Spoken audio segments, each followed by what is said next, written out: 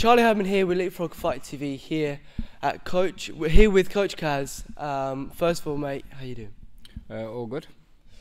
Let's talk about your past, because you've had about 400 or 500 kickboxing fights. Yeah. Let's go right back to the start. How did you get involved in kickboxing? Well, I started off with karate first when I was about 7. I'd done that for 2 or 3 years, and then one of my neighbours, he brought me over to kickboxing. I tried a session, and then that's it. I just stuck with it. How long have you been competing now for? Well, I started fighting when I was about 11, wow. And then I had my last fight 2 years ago, and then I haven't fought with an injury. You fought some names which are really quite notorious. You are a world champion kickboxer. You fought Dylan Chima, who's a well-decorated kickboxer, but also now boxer. Tell me what it's like to be fighting at potentially the pinnacle of the sport. Hard work. Yeah. It is hard work. Like, if you're not on it, you're going to get found out.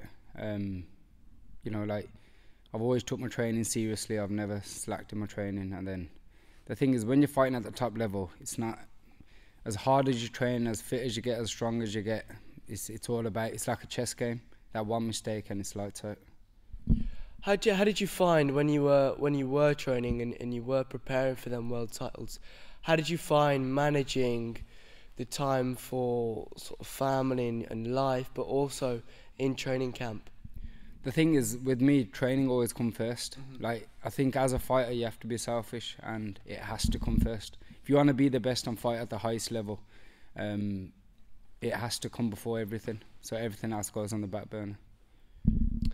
What made you decide 2 years ago to say, right, I'm hanging up the gloves? Well, I haven't technically done that yet, but it just, with injury, I snapped a tendon in my thumb, and it hasn't been right since. I've had to have 2 operations, but I haven't officially decided. So there might be another chapter. Who knows? In the past few years, obviously, you've taken time out from fighting, and you're now coming into the coaching side of things. How do you feel that offering your experience, offering your ability, offering your knowledge to the up-and-coming fighters here at USCA? Well, the thing is, like, now I've got a passion for coaching. When I was coming up just as a fighter, I was only concentrating on fighting. But now it's like, it's good to see people progress and see how far I can take people. And that's just not from like the highest level, that's like starting people off from the lowest level, like beginners. But yeah, I want to see what I can do as a coach now. Obviously, as a fighter, I always believed I was the best, and now as a coach, I feel like I'm one of the best now, and then I reckon I'll be the best soon. One thing I really love about USCA is you've got guys like Shaquille, who's a 2-time kickboxing world champion, that train here, but you've also got guys who are 5-6 years old, who have coming in for their first session. They can't throw a kick without falling over. You've just got the whole spectrum, and it must be good to progress the guys who first come into the gym struggling how to throw a kick, and progress them to world champions. Yeah, of course. That's the thing. That's like the main thing for me is like it's teaching at all levels.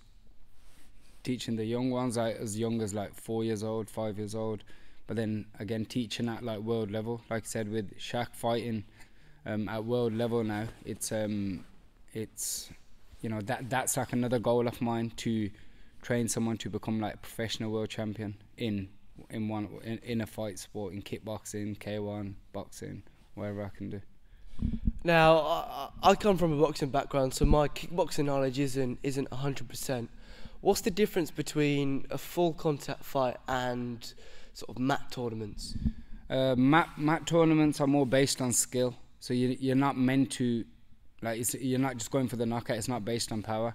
Whereas full contact is like pro boxing, where it's like you can go for the stoppage, go for knockouts. But yeah, mat tournaments and light contact tournaments are more based on skill. Who's got the better skill?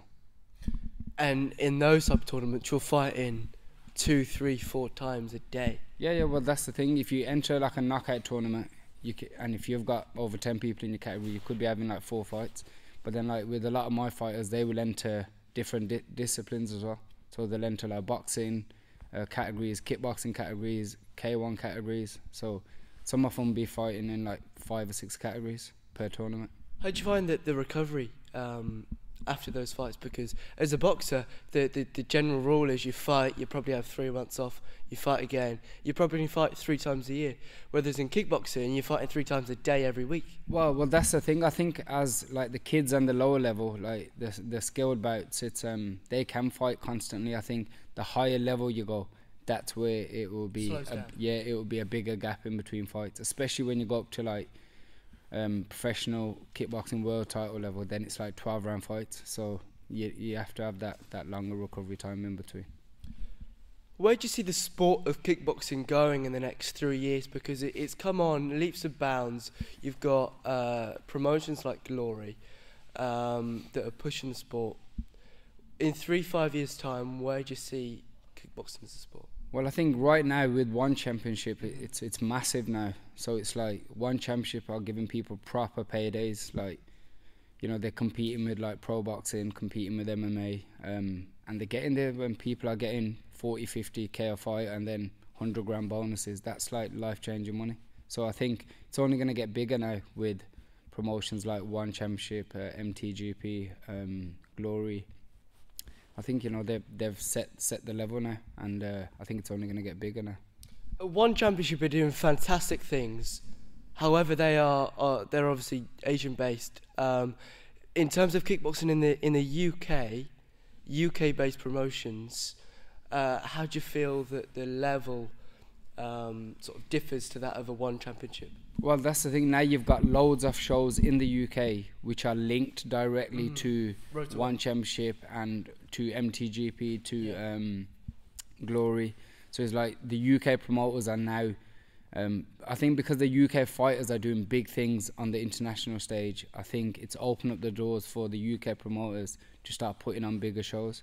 So it's like, if you said like probably 5 years ago it was hard for a UK fighter to get on the international scene, now it's different now, because you get on these Road to One shows and you put in a few good performances, you've got that contract. You've got guys like Jonathan Hacky that are now coming into One Championship from a regional UK scene, who's absolutely dominating, is now probably one of the biggest stars of the promotion.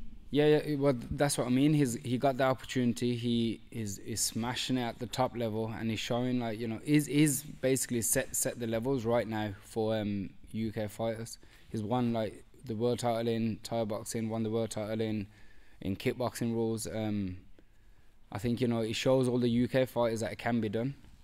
Do you feel that the UK will ever have a show as big as One? It's all well and good having these fantastic Road to One shows, but they're feeding the UK fighters and they're pushing them out to Thailand. Do you feel that we could ever get a promotion in the UK that is as big as One Championship? I think it's only a matter of time. I think, you know, in the next few years, I think I think right now it's like because the UK shows are getting bigger and the links getting stronger between the UK and the international shows. I think it's only a matter of time before there's like a massive show over here, or regular massive shows. Like, I know like Liam Harrison started that Hitman Fight League. That's like a big show, and then you have got promoters who are selling big tickets here. But yeah, I think it's only a matter of time before the international shows start coming over here. In terms of westernizing the sort of the kickboxing, or rather, let me change my wording. Let's say appealing to a more casual audience, because notoriously, if you go to a kickboxing show, a local kickboxing show, 99% of the people that are attending that show are training partners or mum, dad, brother.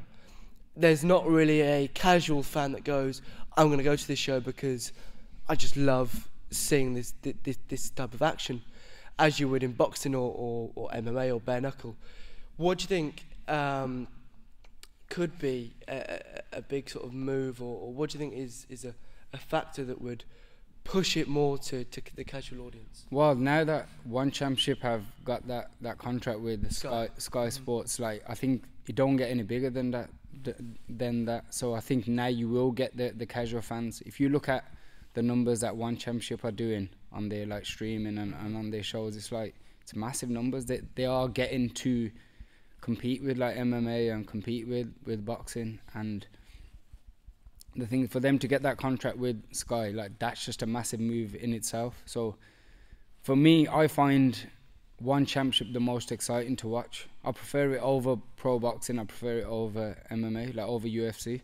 So I don't know if that's because I'm from a kickboxing background. Well, I mean, I'm a boxing fan through and through, but every Friday I watch Friday Fights because I know I'm going to watch fantastic fights with fantastic production.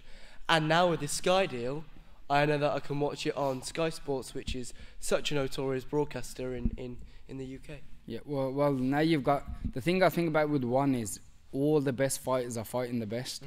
No one's ducking anyone, and literally all the best fighters in the world are fighting each other. Whereas like with boxing and, you know, I'd say UFC to an extent, because there's so much money involved. It's politics. It's politics, there's ducking and diving, and there's building fighters up. In one championship, you don't get that.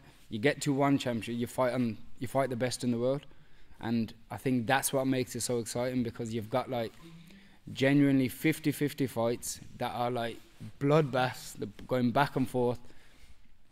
And every fight is a 50-50 fight. There's like, you're not going to watch like one championship and looking at people like Jonathan Hacky and think, oh, he's got easy touch. He is fighting the best in the world. And I think with like all the fighters are doing that. So the thing is, like, you know, I think that's what makes it so exciting. If you can, or rather, if you could have fought anyone in the world in your prime, who would it have been?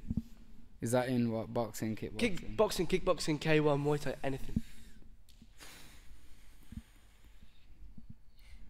Don't know. I think it could be a respectful thing. It doesn't mean that you can sweat. Don't know. Well, I grew up watching Prince Nassim, Mike Tyson, Roy Jones. I think, but if I want to just go on like skill, I think it'd have to be Prince Nassim because of his skill level and his style. Yeah. Let's talk about a couple of the guys that you're coaching now. They're fighting on the show. We've got Jay, we've got Usman, and we've got Atik. What are you expecting from these guys? I'm expecting good things. Like, you know, I've studied the videos of their opponents, and they're all winnable fights. Like, the thing is though, I'm not a coach where I feel like I'd look at a fight and think, oh yeah, I'm just gonna chuck him in there. And then the same way, I'm not gonna think, oh, that fight's too easy, but let's just go and get that win. It's like they're all in tough fights. They're all in tough fights, and I think it'd be good. Like, you know, like I train with these like day to day, you know, and I think it's going to be entertaining to watch. 5 years from now, what does Kaz look like as a person and as a coach? Well, I want to have multiple world champions. You know, I'm on the way there. I want to have like a conveyor belt of like top level fighters where, like, you know, from like 10 years old, 11 years old, like there's probably like 12-year-olds in the gym right now who are like way better than what who's like 24-0. Yeah, that's what I mean. So you got fighters like that who are like 10 levels above what I was at that age. So it's like, it's scary to think what they're going to be like when they're like 17, 18, 19 and what level they can get to. But yeah, that's the plan. Like, my plan is to get, if I can get my fighters on the top promotions in the world, fighting at the highest level, that's my goal. So if you could give any piece of advice to an 11-year-old you when you were just starting to sort of compete, what would it be? I don't know, because the thing is, I felt like from when I was that age, from when I started, I was just on it. From like, I just fell in love with it, and I was just on it. But there was times in my career where I have fell off it, and I've had breaks and doing other things. But I think everything happens for a reason, and for me, I always believe that what's written for you is written for you. So I think, you know, I've had a good career, and I'm happy with how it went, really. I can't wait to see the lads in action. I'm really looking forward to Jay's fight. I'm looking forward to Atik's and Usman's as well, and I'm looking to see what your kickboxing side of guys are going to progress into. I've seen Shaq fight on a couple of occasions. He's a super entertaining fighter, and I'm sure he can go far. And I'm sure in a couple of years' time I'll be watching him on my Friday fights. I'm sure as well, inshallah. But yeah, it's just like, you know, I think the thing about like my guys is that they can fight in kickboxing, they can fight in K1, they can fight in boxing, and like for example these three now they're all fighting in boxing, but they're not gonna. People won't look at them and think, oh, they're from a kickboxing background. People look at them and think, oh, they're just boxers. So like we can adapt to every style. So yeah, I think we're doing a good job here. Nice. Well, I can't wait. It's February 24th, Sports Connection Arena, Coventry. 3 of the guys at Usker. It's going to be a fantastic night of boxing. Nice one. Perfect. That was wicked, man. See, that's how you do it, lads. That's how you do it.